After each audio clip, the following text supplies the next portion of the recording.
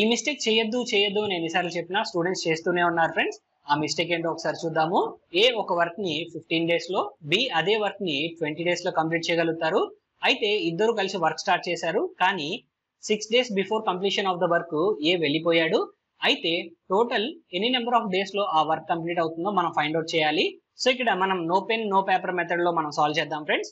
Working time 15 and 20 కాబట్టి working time యొక్క ratio 5 3 times cancel అవుతుంది, 5 4 టైమ్స్ క్యాన్సిల్ అవుతుంది కాబట్టి 3:4 అవుతుంది. సో వర్కింగ్ కెపాసిటీ యొక్క రేషియో మనకి ఇక్కడ ఏమవుతుంది అన్నట్లయితే 4:3 అవుతుంది. Working capacity is inversely proportional to working time కాబట్టి క్వశ్చన్ ప్రకారంగా లాస్ట్ 6 డేస్ ఓన్లీ బి మాత్రమే వర్క్ చేశాడు.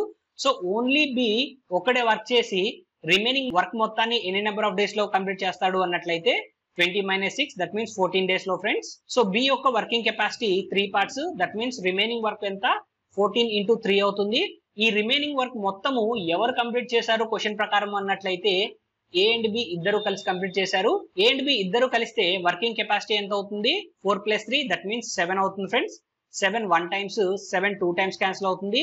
3 2 టైమ్స్ అంటే మనకి 6 డేస్ లో ఆ వర్క్ అనేది కంప్లీట్ అవుతుంది ఫ్రెండ్స్. సింప్లిఫై చేసేటప్పుడు 6 వచ్చింది, ఆప్షన్స్ లో కూడా 6 ఉంది కాబట్టి స్టూడెంట్స్ 6 ని ఫైనల్ ఆన్సర్ గా తీసుకొని మిస్టేక్ చేస్తూ ఉంటారు. కానీ ఇక్కడ మనకి ఎన్ని నెంబర్ ఆఫ్ డేస్ తర్వాత ఏ వెళ్ళిపోయాడు అని అడగలేదు ఫ్రెండ్స్, టోటల్ వర్క్ అడిగాడు. That means remaining work complete చేయడానికి 6 డేస్ పట్టింది.